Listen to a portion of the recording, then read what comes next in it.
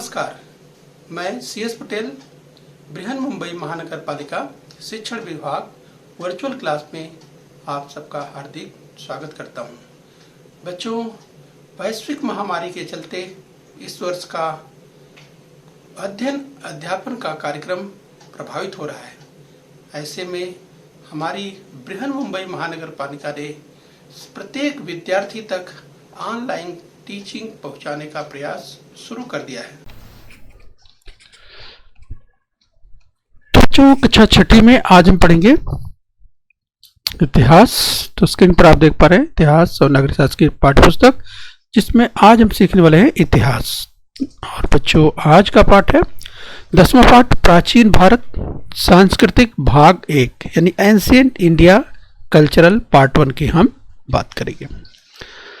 तो बच्चों, मैं CS Patel virtual training centre MCGM Mumbai से। आइए बच्चों आगे बढ़ेंगे। तो यस बच्चों, आज का पाठ है प्राचीन भारत सांस्कृतिक। तो बच्चों, हम बात करेंगे इस भाषा, साहित्य, जनजीवन, विज्ञान, शिक्षा के केंद्र, स्थापत्य और कला, जिस बच्चों इस पाठ में हम सीखने वाले हैं। तो बच्चों, इस पाठ को हम 2 भागों में देखने वाले हैं, जिसमें पार्ट 1 में हम सीखेंगे भाषा और साहित्य, जनजीवन, जिसमें हम आज देखेंगे भाषा और साहित्य के बारे में। तो चलिए बच्चों, भाषा और साहित्य के बारे में शुरुआत करेंगे। लैंग्वेज एंड लिटरेचर की बात करेंगे। तो जो प्राचीन भारत में साहित्य लेखन की अखंड परंपरा थी। साहित्य का यह लेखन संस्कृत, अर्धमागधी, पाली और तमिल भाषाओं में हुआ। उनमें धार्मिक साहित्य, व्याकरण ग्रंथ, महाकाव्य, नाटक, कथा साहित्य जैसे बहुविध लेखन का समावेश है। तो बच्चों, भारत, यहाँ पर हम बात कर रहे हैं प्राचीन भारत में साहित्य लेखन की जो परंपरा है उसकी बात कर रहे हैं। तो भाषा और साहित्य की बात कर रहे हैं, यानी लैंग्वेज एंड लिटरेचर की बात कर रहे हैं। तो बच्चों, आपने सुना ये जो लेखन की बात हो रही है, साहित्य लेखन की जो बात हो रही है, जिसमें संस्कृत, अर्धमागधी, पाली और तमिल भाषाओं में, इस बच्चों जिनमें धार्मिक साहित्य की बात करें, व्याकरण ग्रंथ, महाकाव्य, नाटक, कथा साहित्य जैसे बहुविध लेखन का समावेश है। तो बच्चों, हम इसके बारे में और आगे जानने वाले हैं। तो चलिए हम शुरुआत करेंगे इसी क्रम में और आगे। तो बच्चों, हम सबसे पहले देखेंगे संगम साहित्य की बात करेंगे। संगम यानी संगम साहित्य की बात करेंगे, यानी संगम लिटरेचर की बात करेंगे। तो बच्चों, एंशिएंट तमिल स्क्रिप्ट आप बाएं और स्क्रीन पर देख पा रहे हैं। जब संगम साहित्य की बात होती है तो संगम का अर्थ विद्वान साहित्यकारों की सभाएं ये होता है। और बच्चों, इन सभाओं में संकलित साहित्य संगम या संगम साहित्य के रूप में परिचित है। राइट, तो ये ध्यान रखना है, हम बात कर रहे हैं इस संगम साहित्य की बात कर रहे हैं, विद्वान साहित्यकारों की सभाएं, ये आपको ध्यान रखना है। तो चलिए बच्चों, इस क्रम में हम और आगे बढ़ेंगे। यस, हम बात कर रहे हैं संगम साहित्य की बात कर रहे हैं, संगम लिटरेचर की बात कर रहे हैं। तो बच्चों, यह साहित्य तमिल भाषा में सबसे प्राचीन साहित्य है। इस साहित्य में शिलापद्यक्रम, ये शिलापद्यक्रम और मणिमेखली, तो ध्यान रखिए बच्चों, हम बात कर रहे हैं यहाँ पर पॉइंटर की मदद से आपको बताएं, ये शिलापद्यक्रम और मणिमेखली ये प्रसिद्ध महाकाव्य हैं, ये हमें ध्यान रखना है। तो बच्चों, जब संगम साहित्य के माध्यम से दक्षिण भारत के प्राचीन समय के राजनीतिक और सामाजिक जीवन की जानकारी प्राप्त होती है। इस बच्चों, जब हम बात करते हैं संगम साहित्य की, तो संगम साहित्य से जो जानकारी प्राप्त होती है, जिस दक्षिण भारत के प्राचीन समय के राजनीतिक और सामाजिक जीवन की जानकारी प्राप्त होती है। तो बच्चों, ध्यान रखना है, हम बात कर रहे हैं संगम साहित्य की। आइए बच्चों, इसी क्रम में और आगे बढ़ेंगे। तो बच्चों, हम धार्मिक साहित्य की बात करेंगे, रिलीजियस लिटरेचर की बात करेंगे। तो बच्चों, इस साहित्य में आगम ग्रंथ, त्रिपिटक और भगवद गीता महत्वपूर्ण है। ये हम बात कर रहे हैं, आगम ग्रंथ, त्रिपिटक और भगवद गीता महत्वपूर्ण ग्रंथ हैं। जैन आगम ग्रंथ अर्धमागधी, शौरसेनी और महाराष्ट्री जैसी प्राकृत भाषाओं में लिखे गए हैं। इस बच्चों, जैन आगम ग्रंथ अर्धमागधी, सौरसेनी और महाराष्ट्री जैसे प्राकृत भाषाओं में लिखे गए हैं। ये हमें ध्यान रखना है बच्चों। वर्धमान महावीर के उपदेश आगम ग्रंथों में एकत्रित किए गए हैं, तो ये हमें ध्यान रखना है। तो बच्चों अगर हम बात करें तो जैसे अपभ्रंश भाषा में महापुराण, चरित्र, कथा आदि साहित्य पाया जाता है।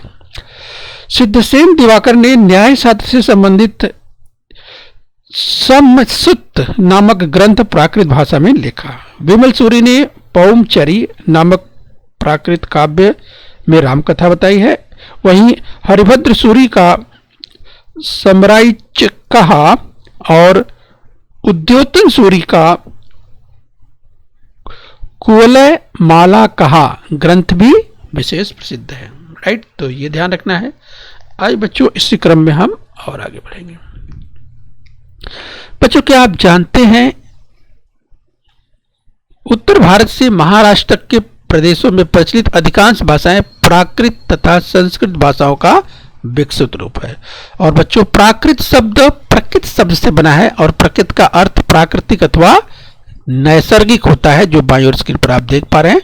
तो ये प्राकृत शब्द प्रकृत शब्द से बना है और प्रकृत का अर्थ प्राकृतिक अथवा नैसर्गिक होता है, ये हमें ध्यान रखना है। और बच्चों जब हम बात करें प्राकृत भाषाएं लोगों के दैनिक व्यवहार में प्रचलित भाषाएं थी। और बच्चों प्राकृत भाषाओं का वर्गीकरण 4 समूहों में किया जाता है, जिसमें पैसाची, सौरसैनी, मागधी और महाराष्ट्री में किया जाता है। राइट, तो ध्यान रखना है बच्चों, जब प्राकृत भाषाओं का वर्गीकरण होता है तो पैसाची, सौरसैनी, मागधी और महाराष्ट्री में किया जाता है, यह हमें ध्यान रखना है। तो बच्चों महाराष्ट्री से मराठी भाषा विकसित हुई और इस प्रकार प्राकृत भाषाओं से मराठी जैसी आधुनिक भाषाओं का विकास हुआ। विकास होने की इस प्रक्रिया में इन भाषाओं के मूल स्वरूप में परिवर्तन हुए, उन्हें अपभ्रंश भाषाएं कहा गया। अपभ्रंश भाषाओं में से आधुनिक भाषाएं विकसित। आइए बच्चों इसी क्रम में हम और आगे चलेंगे। तो चलिए बच्चों हम बात करें यहाँ पर त्रिपिटक। त्रिपिटक में 3 पिटक हैं। यस बच्चों, पिटक का अर्थ पेटी होता है और यहाँ उसका अर्थ विभाग होता है। तो बच्चों ध्यान रखना है, जब हम बात करते हैं त्रिपिटक की, तो त्रिपिटक में कितने पिटक होते हैं? 3 पिटक होते हैं। तो ध्यान रखना है, यहाँ पर आप देख सकते हैं जब हम त्रिपिटक की बात करते हैं तो त्रिपिटक में कितने पिटक होते हैं? 3 पिटक होते हैं। और पिटक का क्या अर्थ होता है? पिटक का अर्थ पेटी होता है। इस बच्चों यहाँ उसका अर्थ विभाग है। ठीक है, तो ये ध्यान रखना है, यहाँ उसका अर्थ विभाग है। त्रिपिटक पाली भाषा में लिखे गए हैं।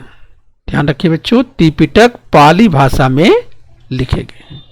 इसमें 3 अलग अलग प्रकार के साहित्य समाविष्ट हैं।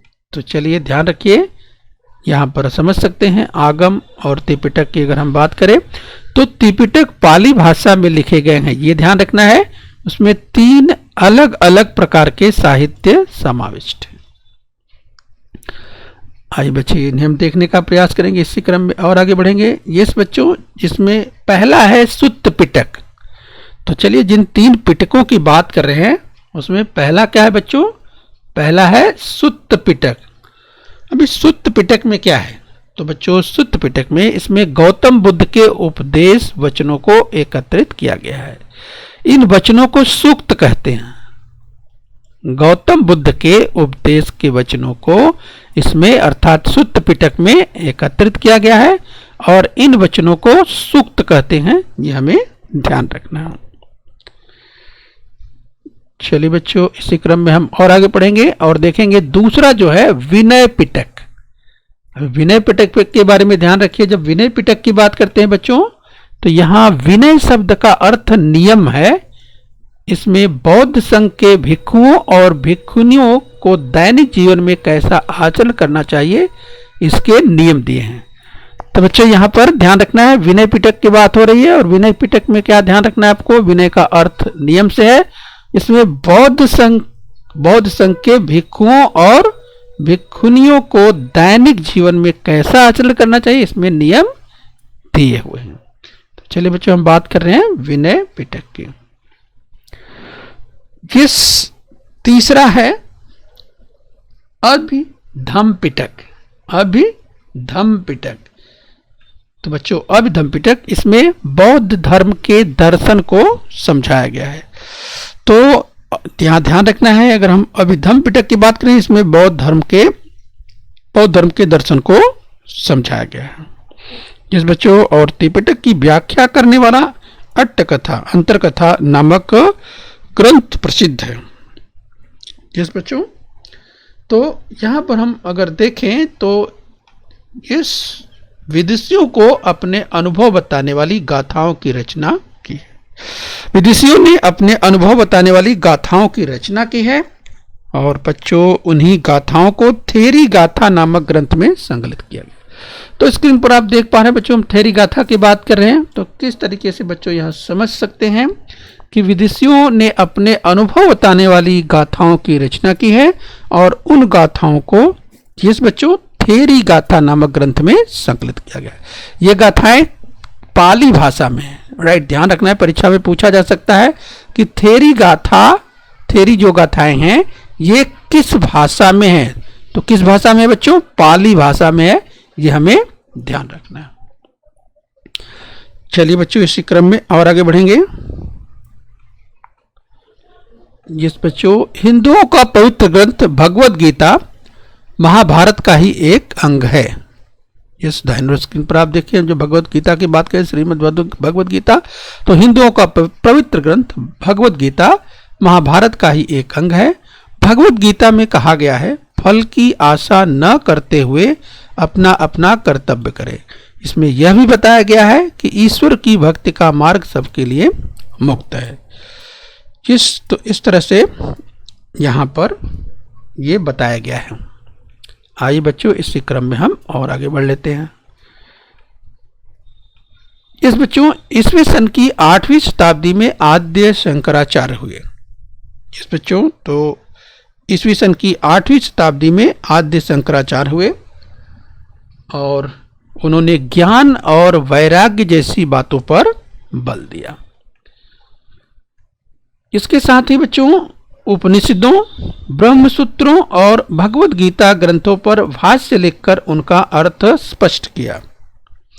उन्होंने भारत की 4 दिशाओं बद्रीनाथ, द्वारिका, जगन्नाथपुरी और श्रृंगेरी स्थानों पर 4 मठों की स्थापना की।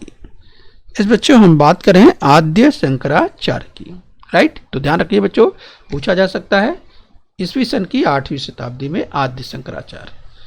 यस, और 4 दिशाओं में, जो भारत की 4 दिशाओं में बद्रीनाथ, द्वारिका, जगन्नाथपुरी और श्रृंगेरी, इन 4 स्थानों पर 4 मठों की स्थापना की।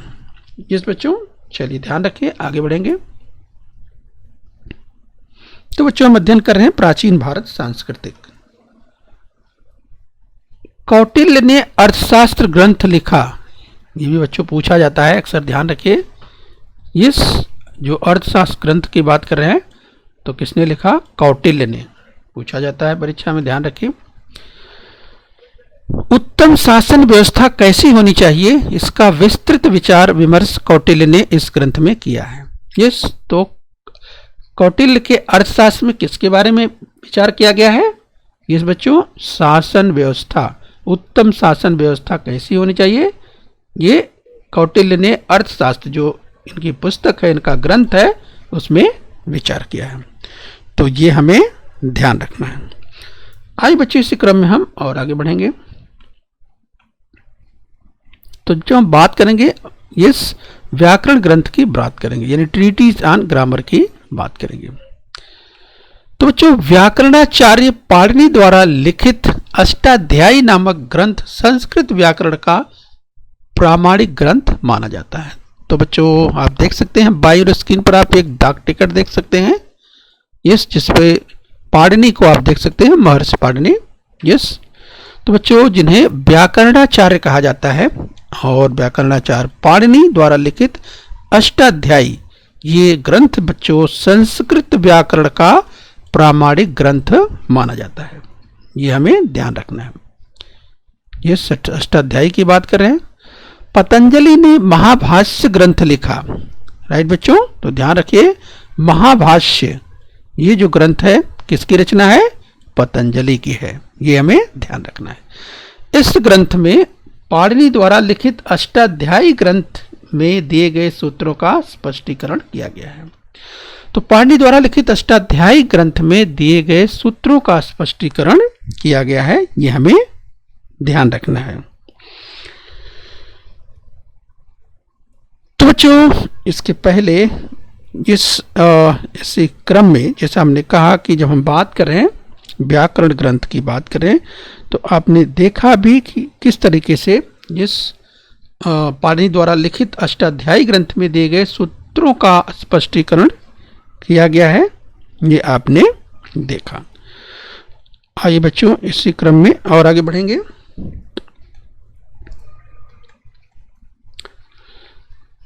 आर्ष और अभिजात महाकाव्य की बात करेंगे। आर्ष और अभिजात महाकाव्य, इस आर्ष एंड क्लासिकल एपिक्स की बात कर रहे हैं। बच्चों, प्राचीन भारत के रामायण और महाभारत दो आर्ष महाकाव्य हैं। तो ध्यान रखिए बच्चों, ये भी पूछा जा सकता है जब प्राचीन भारत के इस महाकाव्य की बात होती है तो रामायण और महाभारत ये आर्ष महाकाव्य हैं। आर्ष का अर्थ ऋषियों द्वारा रची गई रचना है, तो ये हमें ध्यान रखना है। रामायण महाकाव्य वाल्मीकि द्वारा रचा गया है। इस बच्चों, आपको ध्यान रखना है कि जो रामायण रचना है ये महाकाव्य, जो रामायण महाकाव्य है, ये वाल्मीकि द्वारा रचा गया है। रामायण की कथा के नायक श्री राम हैं। महाभारत महाकाव्य व्यास ऋषि द्वारा रचा गया है। तो ये ध्यान रखना है कि महाभारत जो महाकाव्य है ये किसकी रचना है? इस व्यास ऋषि द्वारा इसकी रचना की गई है। तो ये हमें ध्यान रखना है। तो चलिए, यहाँ पर चित्र आप देख सकते हैं। जब हम रामायण की बात करें, महाभारत की बात करें, तो उससे संबंधित चित्र आपको यहाँ स्क्रीन पर दिखाई दे रहे हैं। इस बच्चों, कौरवों और पांडवों के बीच का युद्ध महाभारत का विषय है और इस महाकाव्य में श्री कृष्ण के चरित्र का वर्णन मिलता है। तो बच्चों, हम बात कर रहे हैं महाभारत की। महाभारत में विभिन्न मानवीय भाव भावनाओं और उनके परिणामों का व्यापक दर्शन दिखाई देता है। आइए बच्चों, इसी क्रम में हम और आगे बढ़ेंगे। इस आर्ष और अभिजात महाकाव्य की हम बात करें बच्चों, तो भाषा, साहित्य और कला की परंपरा में कोई कालखंड ऐसा भी होता है कि भविष्य में उसकी गरिमा और गौरव अबाधित रहते हैं। और बच्चों, ऐसे कालखंड में निर्मित साहित्य, कला आदि को अभिजात साहित्य के रूप में जाना जाता है। तो ये हमें ध्यान रखना है। अभिजात संस्कृत भाषा में कालिदास द्वारा रचित रघुवंश और कुमार संभव, भारवी द्वारा रचित किरातार्जुनीय और मांग द्वारा रचित शिशुपाल वध प्राचीन कालखंड के ये महाकाव्य विख्यात हैं। राइट। तो बच्चों, ध्यान रखना है, अभी हमने रचनाओं की बात की कि संस्कृत भाषा में कालिदास द्वारा जो रचना है रघुवंश और कुमार संभव, उसी तरह से भारवी द्वारा रचित किरातार्जुनीय और मांग द्वारा रचित शिशुपाल वध प्राचीन कालखंड के ये महाकाव्य महाविख्यात है। ये विख्यात हैं, प्रसिद्ध हैं, ये हमें ध्यान रखना है। तो आइए बच्चों, इन्हीं क्रम में जब हम बात कर रहे हैं साहित्य की विधाओं की, तो इसी क्रम में और हम देखने वाले हैं। तो चलिए हम बच्चों बात करेंगे नाटक की, यानी थिएटर की बात करेंगे। तो गायन, वादन और नृत्य के माध्यम से किसी कथा को प्रस्तुत करने की परंपरा भारत में बहुत पुरानी है। इस बच्चों, और इन कलाओं की विस्तृत चर्चा भरत मुनि ने नाट्य शास्त्र में की है। इस बच्चों, तो एक चित्र स्क्रीन पर आप देख सकते हैं। अगर नाटक की बात करें तो यहाँ पर देखिए, इस मंचन किया जा रहा है एक नाटक का, स्क्रीन पर आप दाहिनी ओर देख सकते हैं। तो जब इन कलाओं की बात होती है, नाटक की बात होती है, तो जिसमें भरत मुनि ने नाट्य शास्त्र, तो भरत मुनि द्वारा रचित नाट्य शास्त्र ग्रंथ जो है बच्चों, इस क्षेत्र का चर्चित सबसे, या कह सकते हैं प्रसिद्ध ग्रंथ है। संवादों के माध्यम से की जाने वाली इन कलाओं की प्रस्तुति को नाटक कहते हैं। इस तो संवादों के माध्यम से की जाने वाली कलाओं की प्रस्तुति को नाटक कहते हैं। और स्क्रीन पर आपके एक चित्र दिखाई दे रहा है इस नाटक का, वो आप देख सकते हैं। आइए बच्चों इसी क्रम में और आगे बढ़ेंगे। आर्स और अभिजात महाकाव्य की हम बात करें, आर्स एंड क्लासिकल एपिक्स की बात कर रहे हैं, आर्स एंड क्लासिकल एपिक्स की बात कर रहे हैं। तो जो संस्कृत नाटकों में भास नाटककार का लिखा स्वप्न वासोदत्त और कालिदास का लिखा अभिज्ञान शाकुंतल, इस जैसे अनेक नाटक विख्यात है। तो अभिज्ञान शाकुंतल, राइट, ध्यान रखिए बच्चों। तो संस्कृत नाटकों में भास नाटककार का ये लिखा स्वप्न वासोदत्त, कालिदास का लिखा अभिज्ञान शाकुंतल, ये बहुत ही विख्यात नाटक हैं। जिस बच्चों इन्हें आपको ध्यान रखना। आइए बच्चों इस क्रम में और आगे बढ़ेंगे। कथा साहित्य की अगर बात करें, नैरेटिव लिटरेचर की बात करें, तो बच्चों प्राचीन समय में भारत में कथा साहित्य का उपयोग मनोरंजन द्वारा शिक्षा प्रदान करने के लिए किया जाता था। पैसाची नामक भाषा में गुणाढ़ का लिखा बृहत कथा ग्रंथ प्रसिद्ध है। विष्णु शर्मा नाम के विद्वान द्वारा रचित पंचतंत्र ग्रंथ कथा साहित्य का उत्कृष्ट नमूना है। इस बच्चों अगर विष्णु शर्मा की रचना पंचतंत्र, जो कि इसमें कथाओं का संग्रह है, तो ये कथा साहित्य इस उत्कृष्ट नमूना है जब हम कथाओं की बात करते हैं।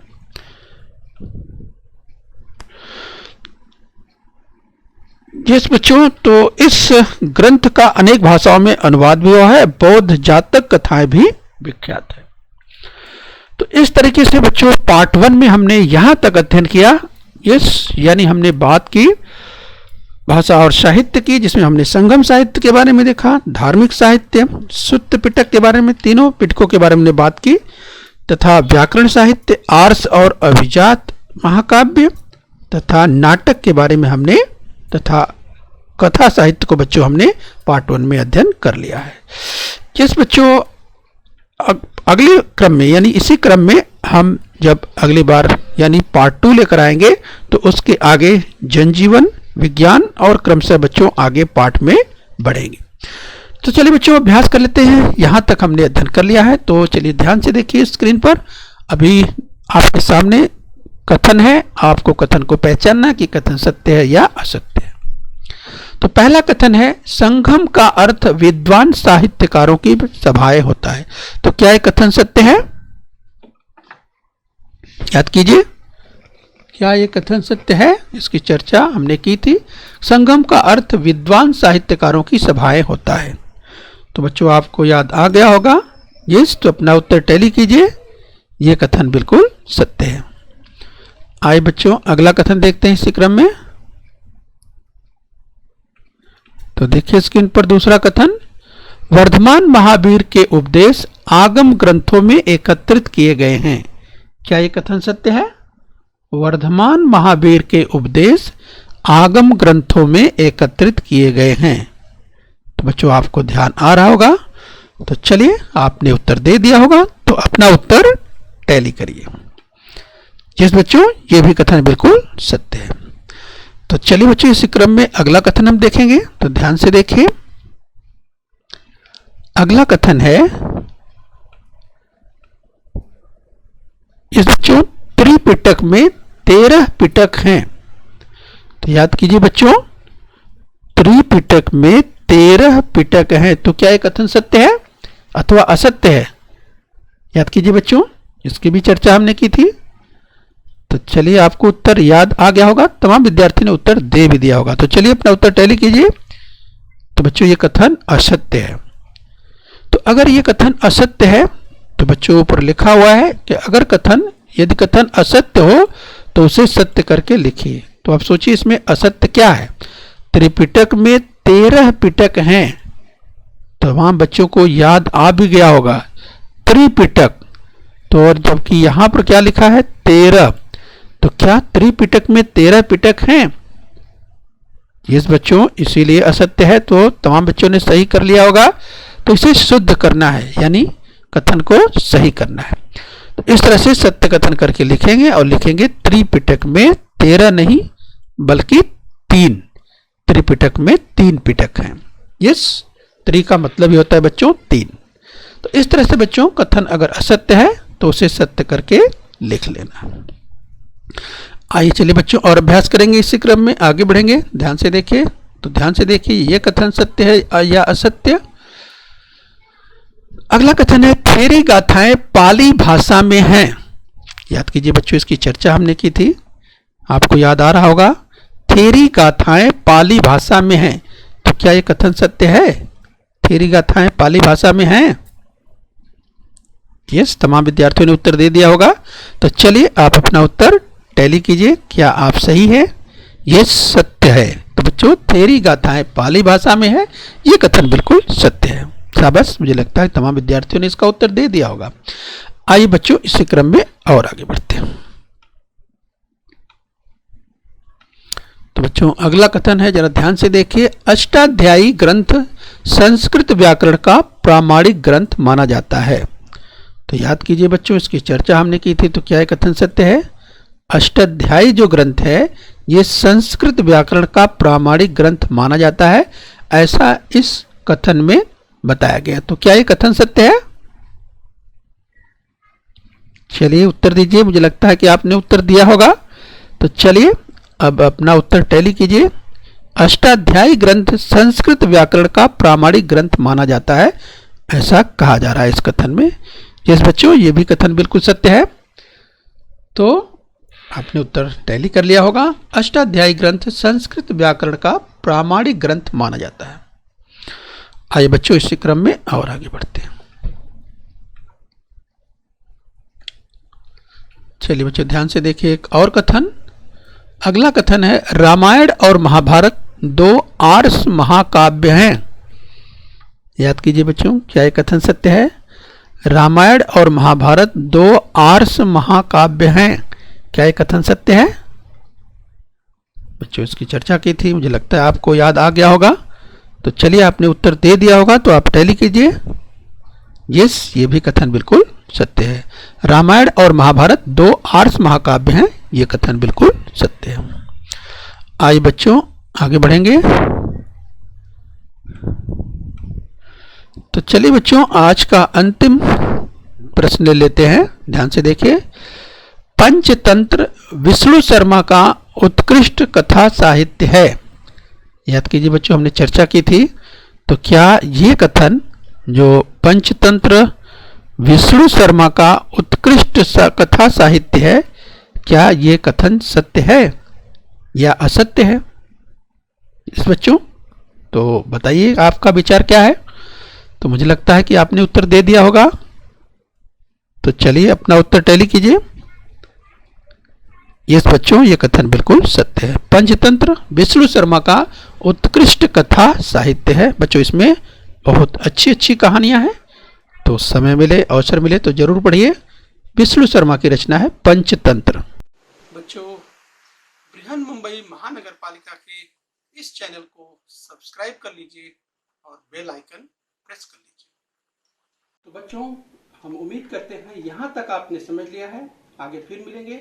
आज के लिए इतना ही। Thank you very much.